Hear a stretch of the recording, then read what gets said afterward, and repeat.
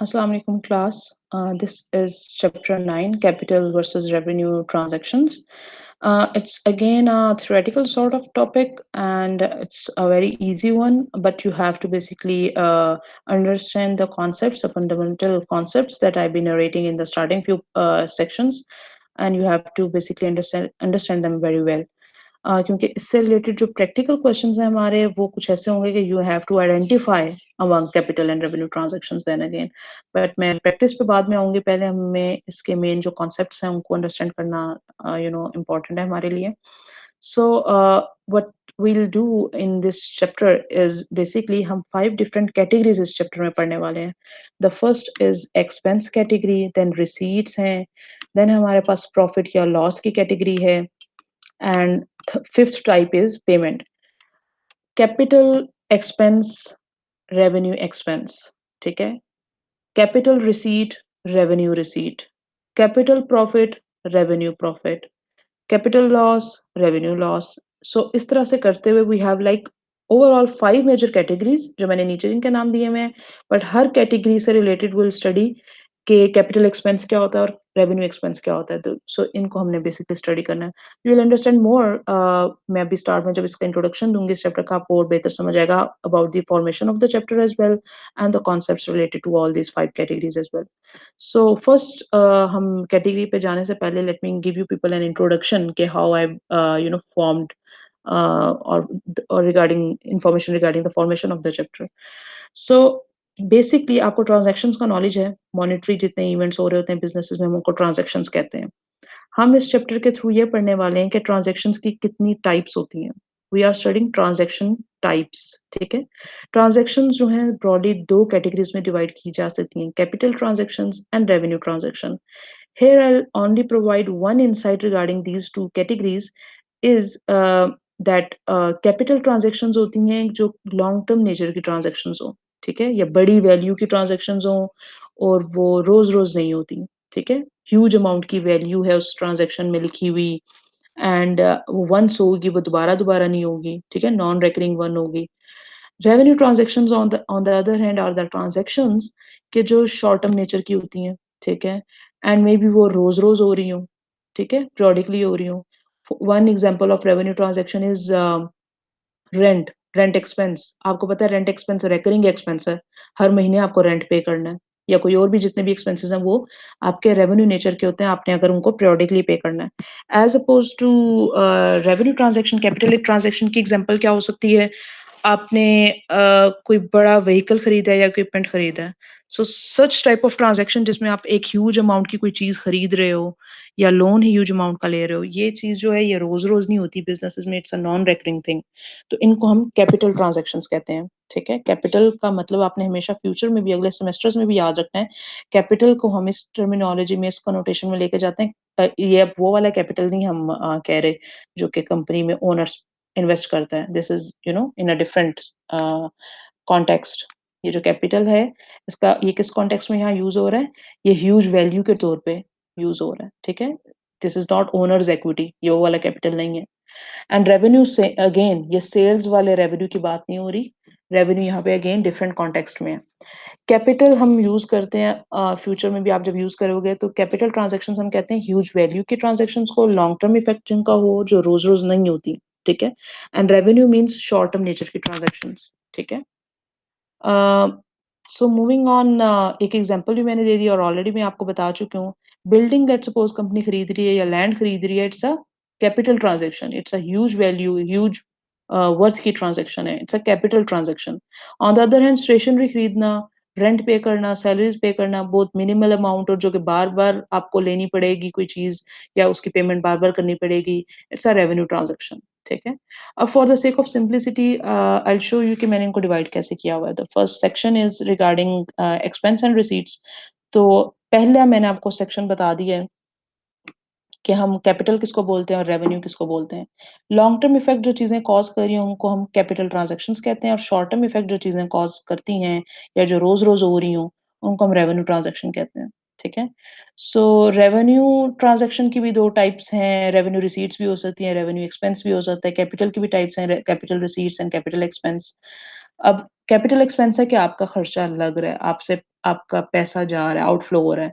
Capital receipt का मतलब है आपको पैसा आ रहा है, ठीक है? Again revenue expenditures and revenue receipts में भी यही है, एक्सपेंस का मतलब होता है आपकी तरफ से आउटफ्लो होगा, रिसीट का मतलब है रिसीव करना, आपको अमाउंट कहीं से आएगी, ठीक है? सो आउटफ्लो, इनफ्लो दोनों एंगल से हम पढ़ेंगे। कुछ होते हैं आपके शॉर्ट टर्म आउटफ्लोज़ एंड इनफ्लोज़, ठीक है? रिकरिंग होते हैं, वो रोज़-रोज़ हो रहे होते हैं, ठीक है? एंड कुछ होते हैं आपके लॉन्ग टर्म आउटफ्लोज़ एंड इनफ्लोज़, ठीक है? अब मैं ज़्यादा सिंपलर वर्ड्स में बता रही हूँ। कंपनी के कुछ होते हैं नॉन रिकरिंग आउटफ्लोज़ या नॉन रिकरिंग इनफ्लोज़ ऑफ कैश या जो भी अमाउंट हो, एंड कुछ होते हैं शॉर्ट टर्म नेचर के या रोज़-रोज़ होने वाले रिकरिंग नेचर, रिकरिंग का मतलब होता है रोज़-रोज़ होना, रेगुलरली होना।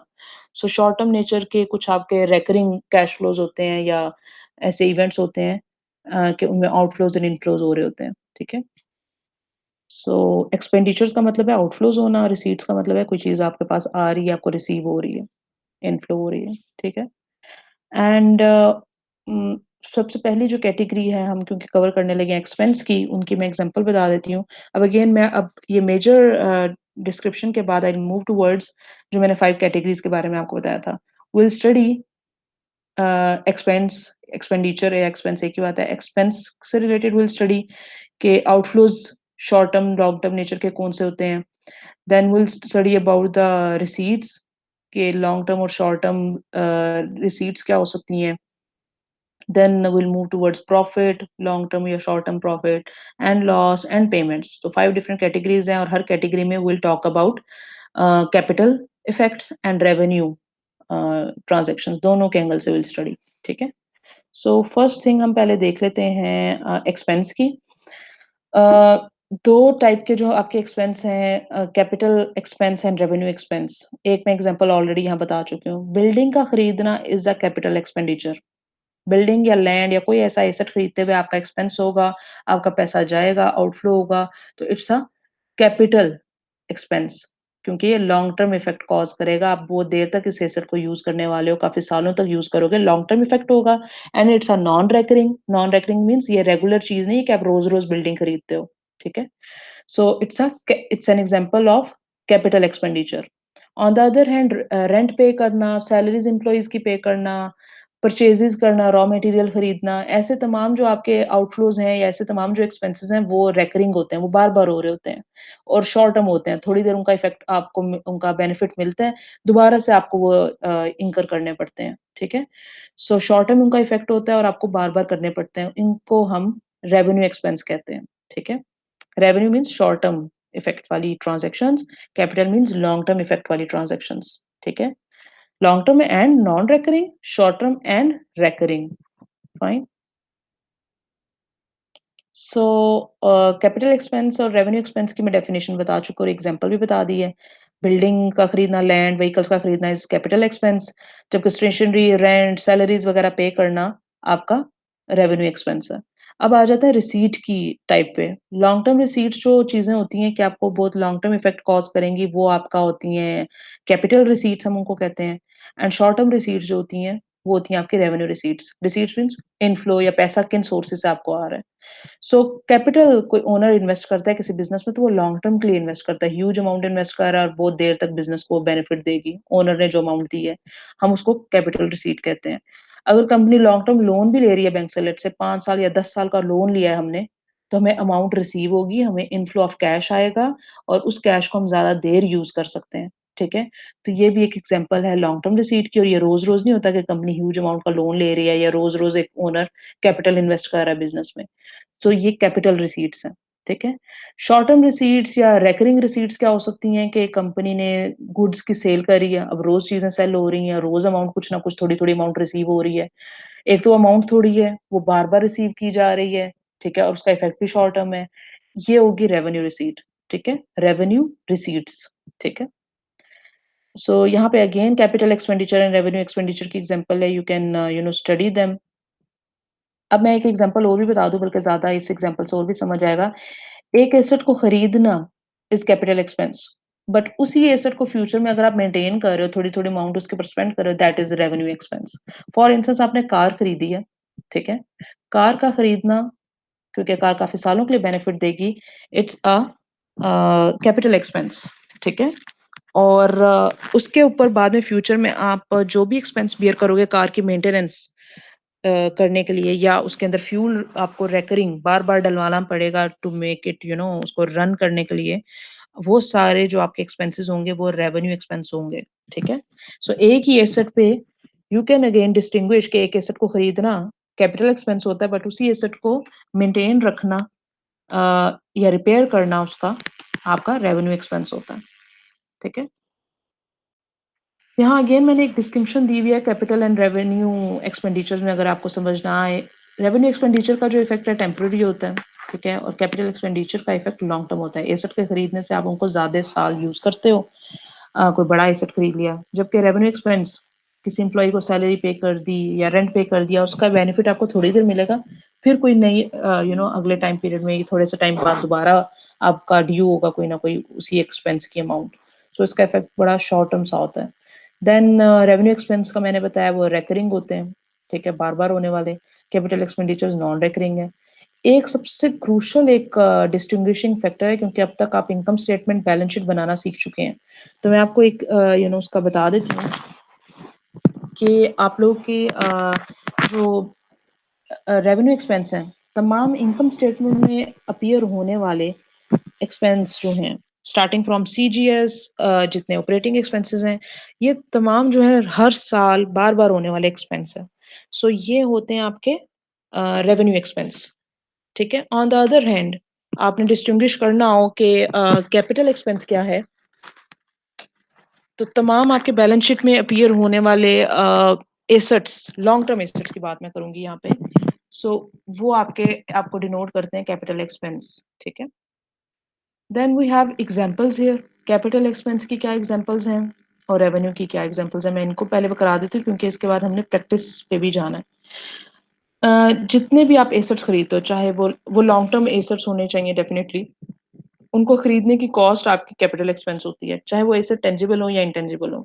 Once you have paid huge amount against them, और वो वंस ही आप खरीद रहे हो, रोज रोज नहीं खरीद रहे वो एसेट्स, तो वो कैपिटल एक्सपेंस होते हैं, ठीक है। Let me use marker as well.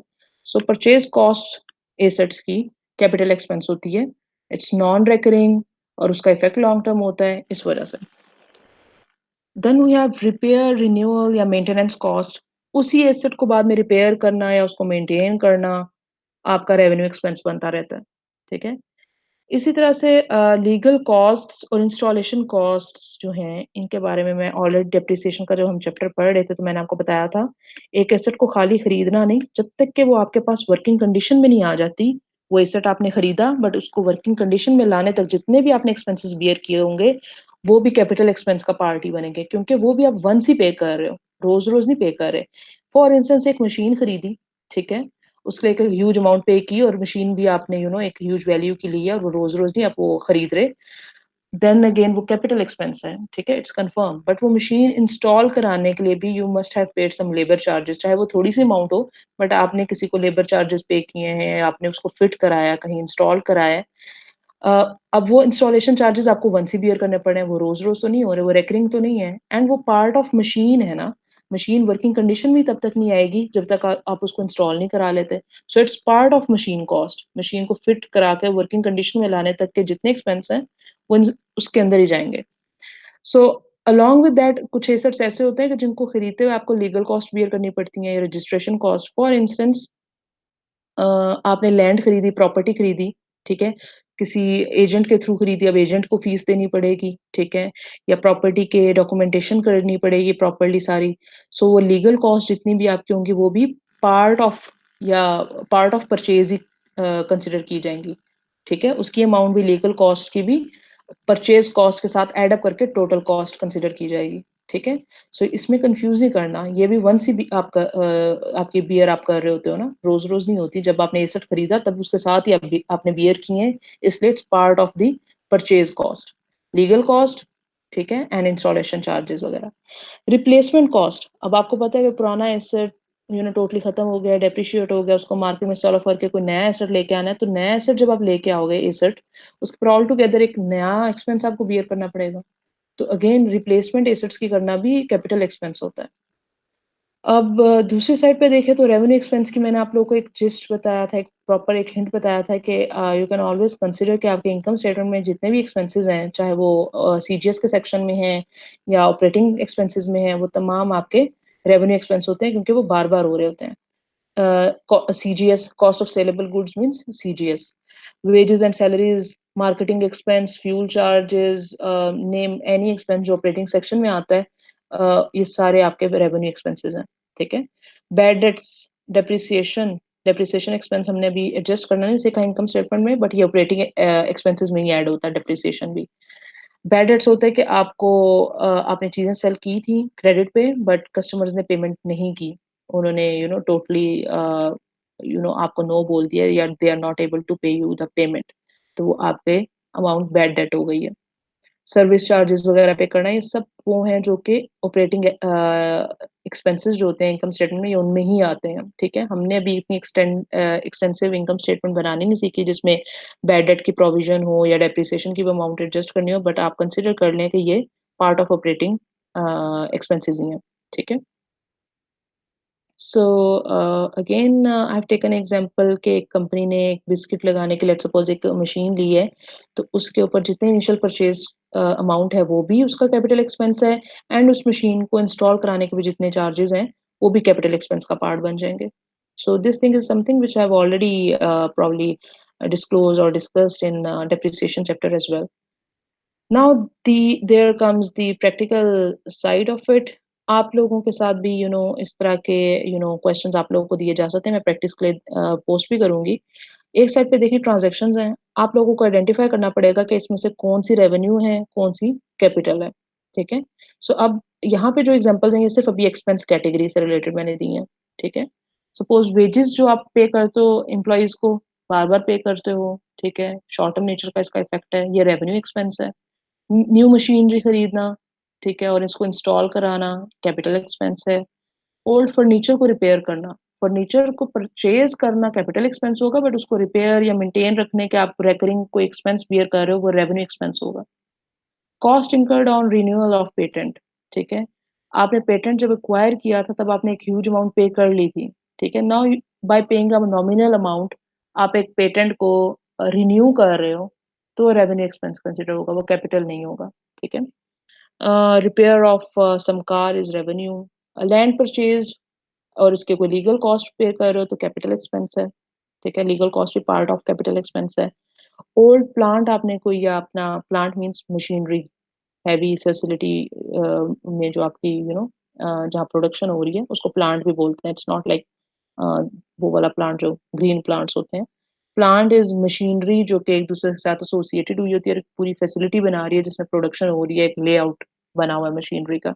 सो आपने उसको रिप्लेस किया है तो ये भी कैपिटल एक्सपेंस होगा। So coming towards few aspects sometimes आप इसमें कंफ्यूज आपने नहीं करना।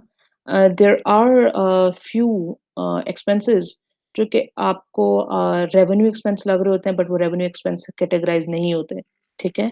एक तो हम उसमें से ऑलरेडी पढ़ चुके हैं, ये जो कैपिटलाइज एक्सपेंडिचर यहाँ पे लिखा हुआ है, ठीक है? कैपिटलाइज एक्सपेंडिचर इज सेम के इंस्टॉलेशन चार्जेस आप या लीगल कॉस्ट जब बियर कर रहे होते हो एक बड़े एसेट के साथ ही, तो वो कैपिटल एक्सपेंस ही कंसिडर होता है, वो रेवेन्यू एक्सपेंस नहीं कंसिडर होता। आपको मे बी रेवेन्यू एक्सपेंस लग रहा हो कि थोड़ी-सी अमाउंट है, बट क्योंकि वो बार-बार नहीं हो रही, क्योंकि वो वन्स ही हुई है और एसेट के परचेज़ के साथ ही हुई है, तो that is capital expenditure, not revenue. Second is यहाँ पे एक नया मे बी आप लोग के लिए एस्पेक्ट हो, डेफर्ड रेवेन्यू एक्सपेंडिचर्स। डेफर क्या होता है? डिलेड, ठीक है? या जिनका इफेक्ट फ्यूचर में ट्रांसफर किया जाए। सो वो भी उनकी examples and effort revenue expenditures की उनसे आपको बेहतर समझ आएगा। इट्स बेसिकली रेवेन्यू एक्सपेंस जिसका इफेक्ट जो है वो सेम पीरियड तक नहीं रहता बल्कि फ्यूचर ईयर्स तक जाता है। फॉर इंस्टेंस कुछ आपने प्रिलिमिनरी एक्सपेंसेस बियर किए थे एक बिजनेस ऑल टुगेदर स्टार्ट करते हुए प्रिलिमिनरी एक्सपेंसेस बियर करना, ठीक है? बिज़नेस को रजिस्टर कराना, उसके लिए जिन-जिन लोगों से हेल्प ली या जहाँ-जहाँ आपने कुछ अमाउंट्स पे की, ड्यूज़ पे किए कि बिज़नेस फॉर्मली सेटअप हो जाए, तो वो तमाम प्रिलिमिनरी मीन्स इनिशियल एक्सपेंसेस थे। अब अगेन क्योंकि वो वन्स ही होंगे, वो रोज़-रोज़ तो नहीं होने, तो आप इनको कैपिटल एक्सपेंडिचर ही कंसिडर करेंगे। बट इनका ट्रीटमेंट अकाउंटिंग में समटाइम्स ये होता है कि अगर ये ह्यूज अमाउंट हो तो इसको हर साल कंपनी थोड़ा राइट ऑफ करती रहती है, but will not go into the nitty-gritty.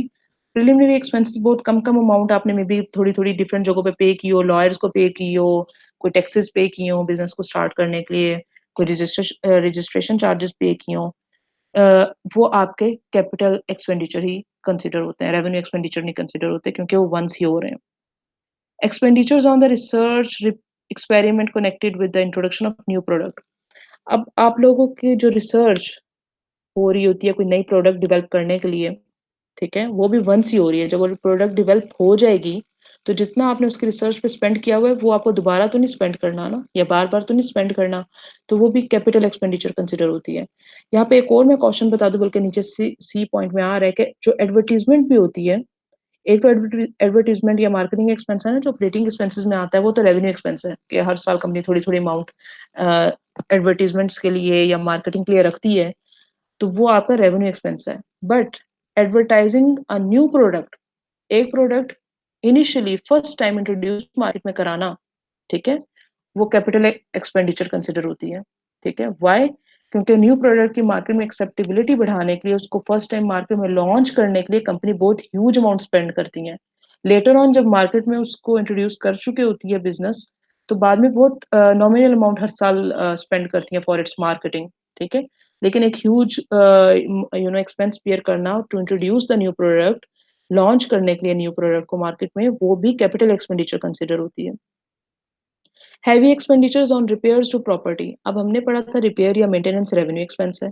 यहाँ उस रिपेयर या मेंटेनेंस की नहीं बात हो रही, यहाँ हेवी रिपेयर्स की बात हो रही है। अब हेवी रिपेयर्स क्या होते हैं? इनको अगर आप सेपरेटली भी सर्च करो, तो हेवी रिपेयर्स होते हैं जो आपकी अर्निंग कैपेसिटी सब्सटेंशियली इम्प्रूव कर दें।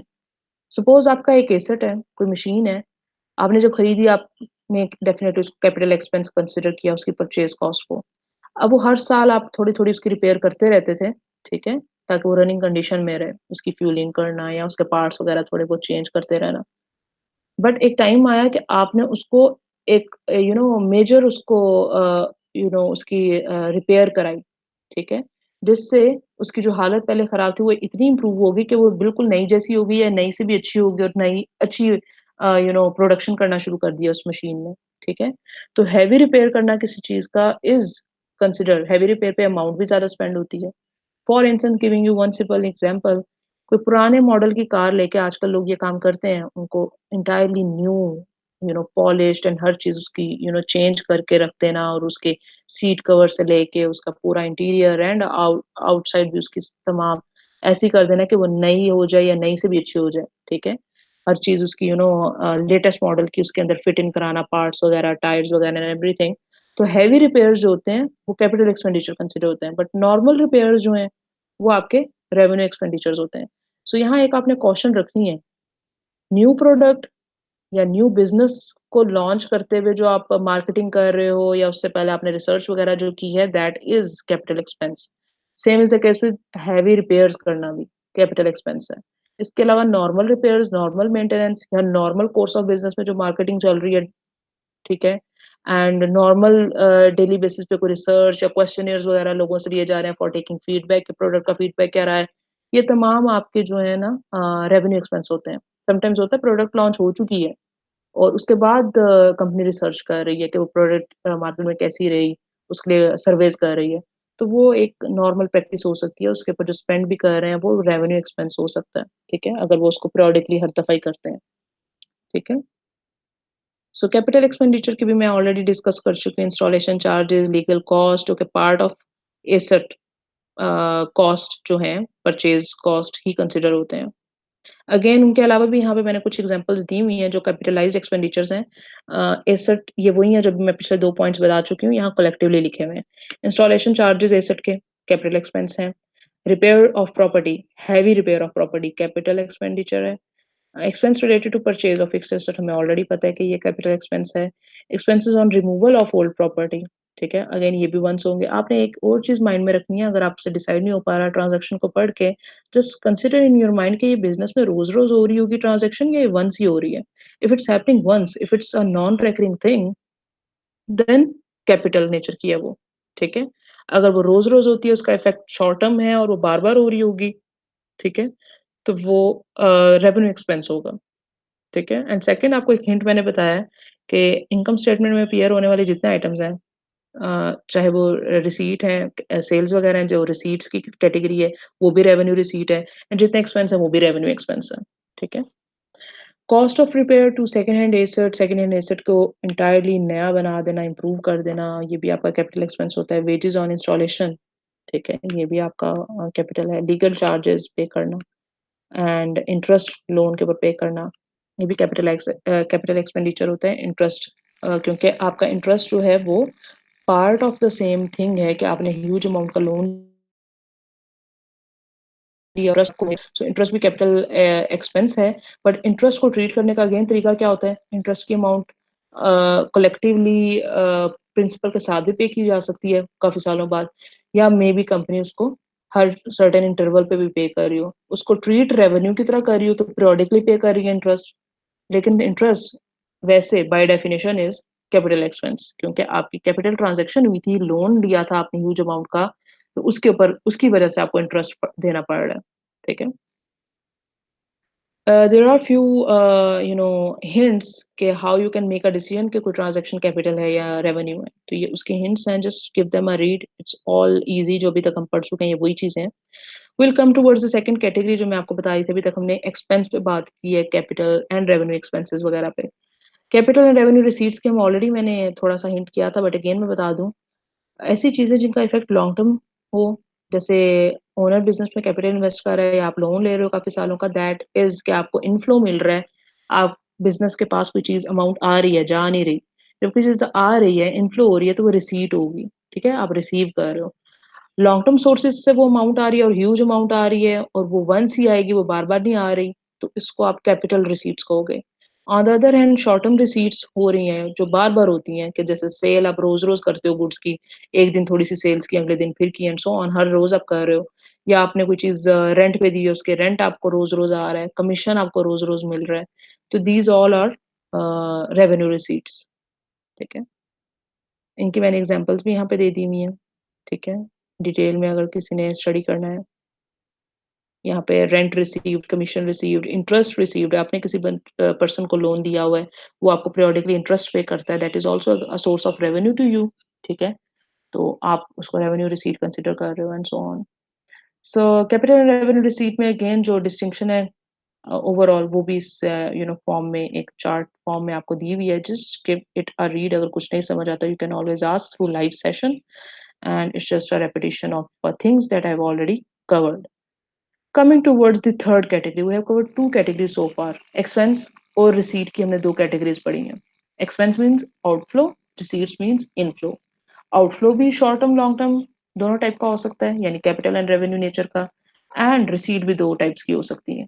अब हम बात कर लेते हैं capital and revenue profit. Capital profit क्या होता है और revenue profit क्या होता है, ठीक है? So when you are earning, मैं दो एग्जांपल से capital profit समझाऊंगी. आपने एक बहुत बड़ा एसर था, लेट्स सपोज आपने लैंड खरीदी, ठीक है? जो ऊपर लिखा हुआ है स्लाइड पे उसको बाद में रीड कर लें, वो भी सेम वैसे एग्जांपल है। सपोज आपने एक लैंड खरीदी 10 लाख की, ठीक है? This was your capital expense. Land खरीदना कैपिटल एक्सपेंस है। आपने लैंड सेल कर दी 15 लाख की, 10 लाख की खरीद के 15 लाख की सेल कर दी, आपको 15 लाख मिलेगा, रिसीव होगा। So 10 lakh was your capital expense, 15 lakh was your capital receipt. जब आपने ली लैंड तो आपने कैपिटल एक्सपेंस बियर किया 10 लाख का। जब आपने लैंड को बेचा तो आपने कैपिटल रिसीट आपको मिली, ठीक है? आपको डिफरेंस कितना अर्न हुआ है? आपने 10 लाख का लिया और 15 लाख का बेचा, आपको जो गेन अर्न हुआ है या प्रॉफिट मिला है वो 5 लाख का मिल गया, ठीक है? 5 लाख। दैट गेन और that profit will also be termed as capital profit now. Long term जितने एसेट्स हैं, अगर आप लो प्राइस पे खरीदते हो और महंगा बेच देते हो, और ये काम, ये सेलिंग या ये प्रॉफिट आपको रोज रोज नहीं आता, ये वंस ही हो रहा है क्योंकि आपने परचेज एक एसेट को एक मरता किया और एक मरता सेल कर दिया, that's it, story is finished. So आपको प्रॉफिट भी वंस ही अर्न होगा, रोज रोज नहीं मिल रहा। So that will be your capital profit, ठीक है? एक और एग्जांपल यहाँ पे मैंने दी है, सपोज एक मशीन है जो आप थोड़ी देर आपने यूज की है, बट उसकी जो बुक वैल्यू है मे बी आपको डेप्रिशिएट कर करके अब 60,000 आपने मार्केट में उसको जब सेल किया तो आपको 75,000 रिसीव हो गया, आपको 15,000 आपकी एक्चुअल अमाउंट जो मशीन की उससे ज्यादा मिल गया, that is your capital profit. Profit को गेन भी कहते हैं, कैपिटल गेन या कैपिटल प्रॉफिट एक ही बात है, ठीक है। सेकंड एग्जांपल है कि ये ऊपर ही एग्जांपल कंटिन्यू हो रही है बट मैं आपको सेकंड एग्जांपल यहाँ पे आ गई। आप या इन्वेस्टर्स या कंपनी समटाइम्स अपने शेयर्स भी इस तरह से उस पर भी कैपिटल प्रॉफिट अर्न कर रहे होते हैं। सपोज कंपनी ने अपने शेयर्स बेचे जिनकी ओरिजिनल जो वैल्यू है यू नो 2 लाख है, ठीक है। Company issued shares for 2 lakh at a premium of 10,000, ठीक है। हर शेयर थोड़ा उसकी ओरिजिनल अमाउंट से ज्यादा का बेच दिया। फॉर इंस्टेंस मैं एक सिंपल वर्ड्स में बता दूं, पाकिस्तान में शेयर्स की जो फेस वैल्यू होती है या पार वैल्यू, और you can consider it to be registered value, वो 10 रुपये होती है, ठीक है। अब 10 रुपए पार वैल्यू अगर शेयर किया, पार वैल्यू का मतलब होता है फेस वैल्यू और रजिस्टर्ड वैल्यू ऑफ शेयर, ठीक है। हर शेयर 10 रुपये का होता है। अगर हर शेयर 10 रुपये का और कंपनी एक शेयर बेच रही है लेट सपोज 15 का, उसको थोड़ा एक्सपेंसिव सेल कर रही है मार्केट में, तो कंपनी तो हर शेयर पे प्रॉफिट अर्न कर रही है हर शेयर सेल करके, ठीक है। तो जो प्रॉफिट अर्न कर रही है ये भी कैपिटल प्रॉफिट कहलाएगा, क्योंकि कंपनी जो शेयर्स हैं वो रोज रोज मार्केट में लॉन्च नहीं कर रही होती, मार्केट में सेल नहीं कर रही होती। सो ये जो एक थोड़ा सा मार्जिन अर्न हो रहा है यहाँ पे, that is capital profit. Again talking about individual investor, आपने किसी कंपनी के शेयर खरीदे हुए थे, आपने जिस वैल्यू पे खरीदे वो कम वैल्यू थी। लेट्स सपोज आपने किसी कंपनी का शेयर जो था 50 रुपये का लिया था, आपने कुछ देर वेट किया और मार्केट में शेयर प्राइसेस जो इंक्रीज कर गई और आप उसको उस शेयर को 60 का सेल कर रहे हो अब, क्योंकि मार्केट में प्राइस 60 चल रही है। आप जो गेन अर्न कर रहे हो that is your capital gain. तो शेयर्स जो है वो बिल्कुल उसी तरह से ट्रेड हो रहे होते हैं मार्केट में जैसे कोई और प्रॉपर्टी हो, ठीक है। लैंड या कोई प्रॉपर्टी भी ऐसे ही होता है, आपने जब खरीदी तो सस्ती खरीद ली, मार्केट में उसकी प्राइसेस थोड़े टाइम वेट के बाद इंक्रीज कर जाएंगी, आपने सेल किया तो आप मार्जिन एक अर्न कर लोगे। Same is the case with shares, people basically buy the shares at low price and they wait for the prices to increase so that they can sell it at a higher price to earn the profit या gain earn करते हैं, ठीक है। सो gain जो इस तरह का gain है जो शेयर्स को सेल करके होता है वो भी वंस ही हो रहा होता है, रोज रोज कंपनीज या पर्सन अपने शेयर्स नहीं सेल कर रहे होते। डेफिनेटली एक मतलब सेल कर दिया तो दैट शेयर्स आर गॉन, ठीक है। सो इसलिए ये कैपिटल प्रॉफिट है। Revenue profit on the other hand is the profit. Again revenue की जितनी टर्मिनोलॉजीज मोस्टली आ रही हैं उसका हिंट आप इनकम स्टेटमेंट को कंसिडर करो, क्योंकि इनकम स्टेटमेंट हर दफा बन रही होती है, हर टाइम पीरियड बाद बन रही होती है। सो इनकम स्टेटमेंट में जो प्रॉफिट रिपोर्ट होता है विच इज नेट प्रॉफिट, अब वो नेट प्रॉफिट ऐसा है कि वो हर साल ही निकल के आ रहा होगा। So that sort of net profit is can be termed as revenue profit. या आप सिंपल वर्ड्स में कंसिडर करें कि आपने गुड्स की सेल की, ठीक है, और जो पैसे आपको रिसीव हुए और आपने उन गुड्स को बनाने पे जितना स्पेंड किया था, कॉस्ट आपने लगाई थी, चाहे वो डायरेक्ट कॉस्ट थी, सीजीएस था, या आपकी इनडायरेक्ट कॉस्ट थी, ऑपरेटिंग एक्सपेंसेस वगैरह, आपने वो सारी सेल्स जो आपने की हैं, रिसीट्स आपको अमाउंट रिसीव हुई है उसमें से सब्ट्रैक्ट की, तो जो प्रॉफिट आ रहा है that is revenue profit. Again इस तरह का जो प्रॉफिट है वो रोज रोज हो रहा होता है, हर साल कंपनी अर्न कर रही होती है नेट प्रॉफिट या रेवेन्यू प्रॉफिट, ठीक है। Revenue and capital loss, it's basically opposite to the concepts that I've just covered, profit या के मैंने जो concepts बताए हैं, capital and revenue profit के concepts। So capital loss का मतलब है अगर कोई एसेट ज्यादा वैल्यू का था और उसकी मार्केट में वैल्यू डिक्लाइन कर गई और आप उसको सेल कम प्राइस पे कर दिया आपने, तो आपको लॉस बियर करना पड़ रहा है, that is capital loss. Let suppose आपने, अगर मैं लैंड की एग्जांपल दूं, आपकी 10 लाख की लैंड थी, मार्केट में प्रॉपर्टी की प्राइसेस डिक्लाइन कर गई हैं और आपको लैंड बेचने के लिए यू हैव टू एक्सेप्ट कि आप 8 लाख की लैंड सेल कर रहे हो, आपको 2 लाख का बीच में लॉस फेस करना पड़ रहा है, ठीक है। So this is a capital loss. Long term assets को सेल करते हुए जो लॉस होता है वो कैपिटल लॉस है।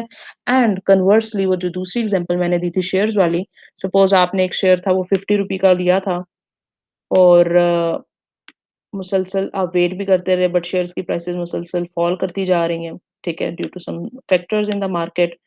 तो अब शेयर जो है वो 40 पे ट्रेड हो रहे हैं मार्केट में, आपको 40 पे सेल करने पड़ रहे हैं शेयर्स अपने, ठीक है। तो you are basically facing capital loss. Revenue loss क्या होता है? Net loss normal ordinary course of business में जो लॉस हो रहा होता है, अगर आपके एक्सपेंसेस ज़्यादा हो, सेल्स कम है, तो you are basically facing a loss, जिसको आप रेवेन्यू लॉस भी कह सकते हो। ठीक है, सो सिंपल टर्म्स में जो इनकम स्टेटमेंट में प्रॉफिट होता है दैट इज रेवेन्यू प्रॉफिट, जो लॉस होता है नेट लॉस उसको हम रेवेन्यू लॉस कहते हैं, और इनकम स्टेटमेंट में जो टोटल रेवेन्यू या सेल्स होता है उसको हम रेवेन्यू रिसीट्स कहते हैं, और जितने एक्सपेंसेस होते हैं उनको हम रेवेन्यू एक्सपेंसेस कह रहे होते हैं। ठीक है, now coming towards last category, capital and revenue payments क्या होती हैं। ठीक है, अब पेमेंट और एक्सपेंस थोड़ा सा डिस्टिंग्विश मैं इनको कर दूं पहले, तो आपको ये समझ आ जाएगा। ठीक है, एक्सपेंस का इंकर होना डजंट नेसेसरीली गारंटी कि उसके अगेंस्ट पेमेंट भी हो गई है या आउटफ्लो एक्चुअली कैश का हो गया। ठीक है, for instance giving you one example, आपने 1 लाख की एक मशीन खरीदी है। ठीक है, मशीन आपके पास आ गई, 1 लाख का एक्सपेंस हो गया। ठीक है, जब तक आप उसके अगेंस्ट एक्चुअल कैश पेमेंट नहीं कर देते, वो आपकी कैपिटल पेमेंट नहीं बनेगा। वो कैपिटल एक्सपेंस तो कहलाएगा बट वो कैपिटल पेमेंट नहीं कहलाएगा। As soon as you make और you know make payment against that machine, आपने 1 लाख उस पर्सन को पे कर दिया जिससे खरीदी है मशीन, इन कैश आपने 1 लाख पे कर दिया, then that capital expense can be termed as capital payment. So outflow के अंदर फर्दर दो टाइप्स हैं। Outflow can be simply expense जो बस इंकर हुआ है बट उसकी पेमेंट नहीं भी हुई। ठीक है, उसको भी हम एक्सपेंस कहेंगे। बट अगर एक्चुअल पेमेंट कैश में हो गई है दैट इज पेमेंट। ठीक है, same is the case with revenue payment. आपका रेंट इंकर हो गया, तो that can be rent, that will be termed as revenue expense. But आप जब तक रेंट एक्चुअली कैश में पे नहीं कर देते, वो रेवेन्यू एक्सपेंस ही कहलाएगा। रेवेन्यू पेमेंट वो तब कहलाएगा अगर आप एक्चुअली कैश में पेमेंट कर भी देंगे। ठीक है, सो एक्सपेंस में और पेमेंट में ये फर्क है।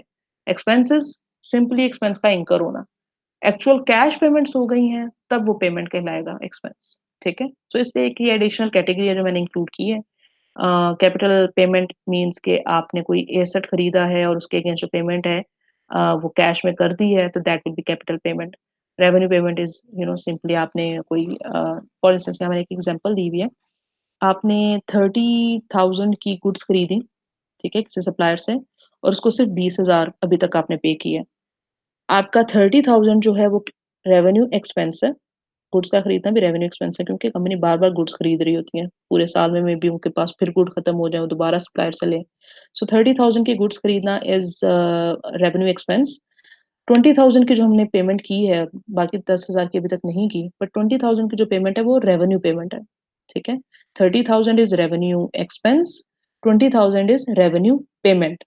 ठीक है, सो यहाँ पे मैंने कुछ ट्रांजेक्शन्स शो करके उनके बाद में सॉल्यूशंस भी दिखाए हुए हैं फॉर बेटर अंडरस्टैंडिंग। आपको इस तरह की ट्रांजैक्शंस पूछी जा सकती हैं in your exams as well. आपने आइडेंटिफाई करना होगा from among the multiple options given if it's in the form of MCQs के राइट ऑप्शन क्या है। Bought land for 10 lakh 2 years ago and sold it for 15 lakh। 10 lakh की land खरीदी, 15 लाख की बेच दी। वी नो 10 लाख की लैंड खरीदी थी जब आपने, that was capital expense. 15 lakh की जब बेची तो दैट इज कैपिटल रिसीट। इसका जो डिफरेंस है 10 और 15 का, 5 लाख आप अर्न कर रहे हो, आपको ज्यादा मिल रहा है, दैट इज कैपिटल प्रॉफिट। और लैंड की बात हो रही है, लॉन्ग टर्म एक एसेट की बात हो रही है, तो इस वजह से हम इसको कैपिटल भी कह रहे हैं। ठीक है, ये रोज रोज नहीं हो रही होंगी, it's a non recurring thing. Receive 20,000 by renting a truck for a day. आप मे बी आपका बिजनेस ही ऐसा है, या मे बी आप एक ट्रक है तो वो रेंट पे दे के 20,000 अर्न कर रहे हो। रिसीव किया आपने, अब रिसीव मीन्स रिसीट, और रेंट रिसीव करना, आप बार बार रिसीव कर सकते हो रेंट। ठीक है, तो that is revenue receipt. Carriage on purchase of machinery. Carriage का मतलब होता है कि आपने ट्रांसपोर्टेशन चार्जेस जो पे किए हैं, एक मशीनरी खरीदी और उसके ट्रांसपोर्टेशन चार्जेस भी आपने पे किए हैं। तो आपको पता है कि इंस्टॉलेशन या ट्रांसपोर्टेशन ये सब जब तक आपकी फैसिलिटी पे आकर यूजफुल कंडीशन में नहीं आ जाता, तब तक के जितने एक्सपेंस होते हैं कॉस्ट ऑफ एसेट में ऐड होते हैं। सो मशीनरी का परचेज करना इज कैपिटल एक्सपेंस, बट उसकी ट्रांसपोर्टेशन चार्जेस भी उसके साथ पे करना इज ऑल्सो कैपिटल एक्सपेंस। ठीक है, दिस इज कैपिटल एक्सपेंस। अब यहाँ पे एक और क्वेश्चन रखिए, जब पेड का वर्ड आएगा तब वो पेमेंट होगा, अदरवाइज वो एक्सपेंस ही कहलाएगा। फॉर इंस्टेंस जो नेक्स्ट ट्रांजेक्शन आ रही है, paid remaining 5,50,000 for the building purchase 2 years ago। This is related to building, that's why it's capital. और आपने पे कर दिया 5.5 lakh, that's why it's capital payment. Sold defected goods on half price, आपकी गुड्स कुछ थी जो डिफेक्टेड हो गई, ठीक है, आपको उनको हाफ प्राइस पे सेल करना पड़ रहा है, तो फुल प्राइस आप उनके अगेंस्ट चार्ज नहीं कर पाए, you are bearing some sort of loss. और ये कौन सा लॉस है? इट्स अ रेवेन्यू लॉस, ठीक है। गुड्स जो है वो शॉर्ट टर्म नेचर की एक चीज है, उनका इफेक्ट बड़ा शॉर्ट टर्म है, उनकी अमाउंट बहुत कम होगी, ठीक है, और आप जो अमाउंट रिसीव करोगे तो वो उसके अगेंस्ट हाफ प्राइस होगी, so the amount which you are foregoing is your loss, ठीक है। Fuel charges amount up to 50,000 for the month, fuel charges बार बार पे करने पड़ते हैं, तो it's a revenue thing and it amounts up, pay की बात नहीं आई, ठीक है, इसलिए इसको हम रेवेन्यू एक्सपेंस ही कहेंगे। अगर लिखा होता फ्यूल चार्जेस पेड 50,000 तो हम इसको कहते हैं रेवेन्यू पेमेंट, ठीक है। आगे अब ये जो सारे मैंने भी आपको एक्सप्लेन किए उनके सॉल्यूशंस मैंने यहाँ पे मेंशन भी कर दिए हैं। आप लिए ये आइडेंटिफाई करना तो मे बी आसान हो जाए कि रेवेन्यू क्या है और कैपिटल क्या है, ठीक है। बट आपको फर्दर इससे आगे जाकर ये भी आइडेंटिफाई करना है, वो जो 5 कैटेगरीज हैं उनमें से आइडेंटिफाई करना पड़ेगा कि एक्सपेंस है, रिसीट है, प्रॉफिट लॉस या पेमेंट की बात हो रही है, ठीक है। तो कलेक्टिव आंसर आपने जो अपनी ट्रांजैक्शन के बाद लिखना होगा वो ऐसे ही लिखना होगा जिस तरह भी आपके स्क्रीन पे आ रहा है। हर ट्रांजैक्शन के साथ आखिर में आंसर लिखा हुआ है, कैपिटल, प्रॉफिट, रेवेन्यू, रिसीट, ठीक है। सो मैं आप लोग को इसकी प्रैक्टिस के लिए डेफिनेटली कुछ ट्रांजैक्शंस आपको सेंड करूंगी, you can send me serial number लिख के उनके, आप सिर्फ आंसर्स उनके मुझे सेंड कर दें, आई विल चेक देम कि आपने सही सॉल्व किया कि नहीं किया, या फिर आप सॉल्व करें, I will share the solution, ठीक है, फॉर प्रैक्टिस, ठीक है। Right after this lecture or within a day or two, I'll send you the practice transactions as well, okay? So I will stop this lecture here. This is enough for this particular chapter, and we are left with one short topic from the course which is related to adjustments, and inshallah we'll cover it in the next class, ठीक है, जो कि हमारा live session होगा। I'll cover it in the starting few moments या starting few minutes में उसको cover कर दूंगी, it's a very short chapter, ठीक है। So that's it, so I will stop it here, stay safe and Allah Hafiz.